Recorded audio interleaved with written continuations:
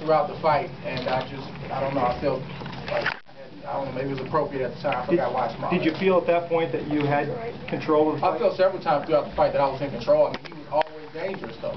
He was always dangerous, and he never stunned me in the fight, but you can feel his power. He's a strong guy, and but again, that's not how I'm not going out there to prove anything, but within the fight, I proved a whole lot tonight, so I hope I don't get those same questions. In the second round, he landed a good left hook, and you didn't have any reaction to it. At that point, did you know you could take his best shots and you weren't worried about it at all? Well, you're always worried until the final bell rings. I mean, you have to be concerned.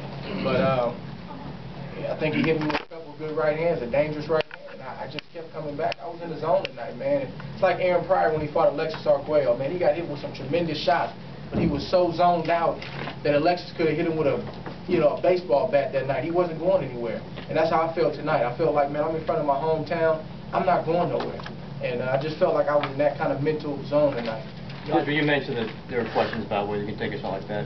You clearly had never been hit like that in your pro career. Did you have any questions about it? What was it going to feel like if you got hit like that? No, I know what's on the inside of me.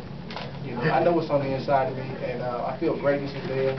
To a degree, you got to continue to prove, what you have. Knowing you can do it and doing it is two different things. So, and I'll continue to have more opportunities to show what's on the inside. But, man, I've been fighting since I've been 9 years old, man, and I've taken some hellacious shots in sparring. I mean, I've worked my way to the top. Nothing was handed to me, but for whatever reason, people feel like the gold medalist, that you didn't win that gold medal. Like, it was handed to you.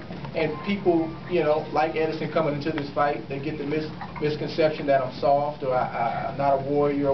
And, I mean, they get in there and they find out that, it's not the case, but by that time it's too late. That was the hardest you've been hit, I would imagine. I don't think so. No. Andre. I don't want to blow it out of proportion. He was a strong guy. You felt his strength, but, I mean, my brother, John, some of the wars he had coming up, I'm going to be hit in the boxing ring. Andre, this the boxing down here. One thing I noticed about the fight, let's talk about some real questions here, about some real technique questions here. I noticed you fought on the inside and you stood in front of Miranda a lot. And the thing is, I noticed that you were winning that inside war. Was that by design? Is that something you planned, or is that just how you felt after you took a couple shots? Rules, sir, but I mean, that's what I was trying to tell you before the fight happened, Don't get on the bandwagon and just repeat what everybody else says. You really watch Andre Ward's fight. I do a lot of inside work. I think I'm pretty crafty on the inside. I don't move around a lot. I move when I have to move, but I fought on the inside before. Well, you give him a lot of praise about the way he fights, but you seem to be more structured with your punches. So, like your focusing more, because he had a lot of wild shots.